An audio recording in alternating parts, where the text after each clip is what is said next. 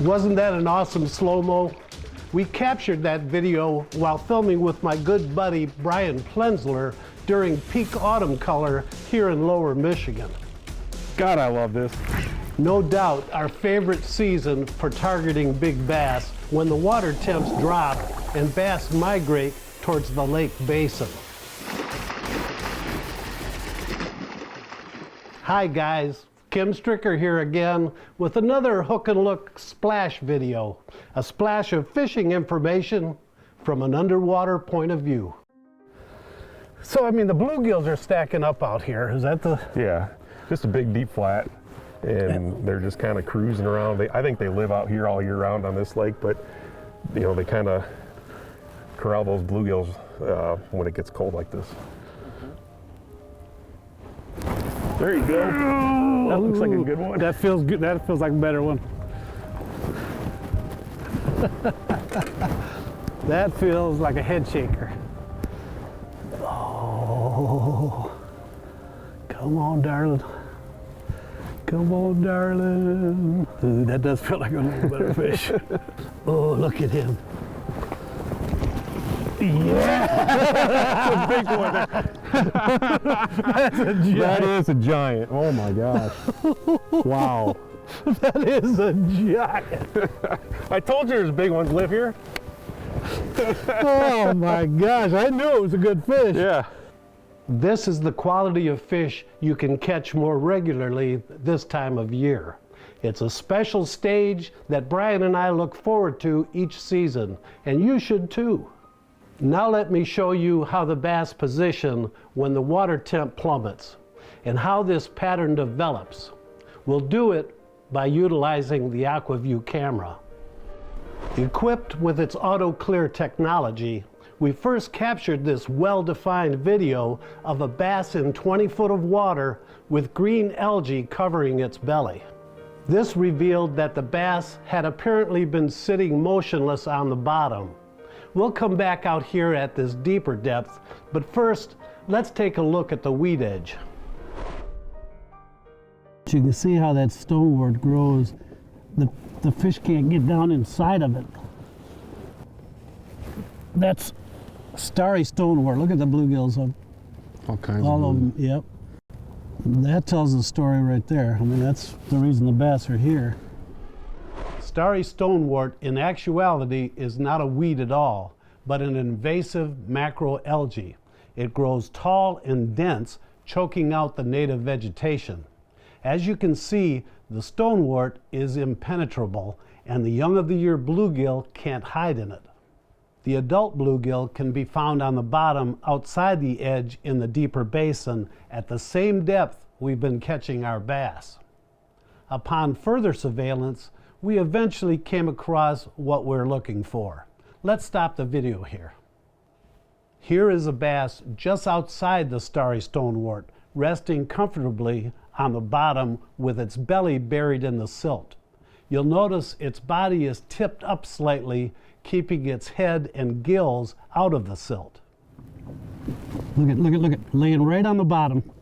Laying right on the bottom, that resting. Cool. That was absolutely That's cool. exactly what they're doing. That's exactly what they're doing. Very cool. Now check this out. I'm going to freeze the video again. Now, can you see a bass resting on the bottom here?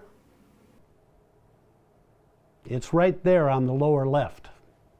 This is what they do during cold water months. Bass are cold-blooded animals, and as their body temperature drops, so does their metabolism, and they conserve energy by resting on the bottom. But it's just a know-nothing bottom. Mm-hmm. It's like I told you, if you feel something, it's probably a fish. A slow finesse presentation on the bottom with a downsized lure like this Ned Ocho is in order. Furthermore, the tour-grade Ned jig head was designed with a pan-style head shape that stands the lure straight up on end. With that said, the lure actually appears much dissimilar in our current basin scenario. That's because the bottom substrate at our targeted depth is comprised of soft, fluffy silt not firm sand. In reality, the lure completely disappears within the soft sediment and puffs a trail of silt as the bait is worked. The strike occurs as the bait pops out of the silt. Ooh, there he goes. He's hot again. He's hot again. Another good one? I hope. Yeah, that's Oh a good yeah, that's another dandy. Another dandy. Oh baby. one. Oh yeah. Nice. I mean, look, they're footballs. Yeah. That's just a good, look at that. Right at the top of the mouth. He wasn't coming off. Buried in there. I mean, that hook set of yours. Just reel and sweep. And that's it. And, you know, that works great for those light wire hooks and basically a pressure set. So cool. Man, this is awesome. Awesome. Another fat one. I mean, that's just a big fat fish.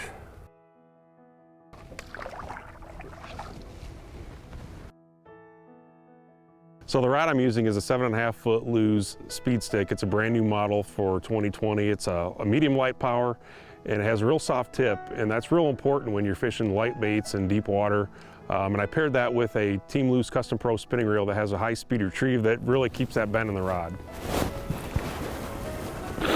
Yeah. Ooh, that one feels pretty good. Yeah. Yeah, that's a good one, I think. That's a good one. Ooh, that is a nice fish. Man, he's just bulldogging. That's a big fish. That's another good one. Get up here. The suspense.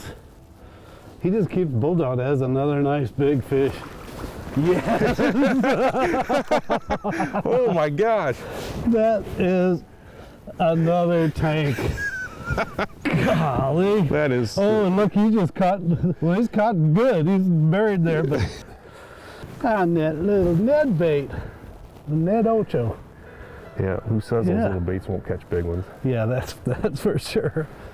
No, this is my favorite time to get out, I know that. for sure. Yeah, people who don't spend time outdoors like this, they're missing out.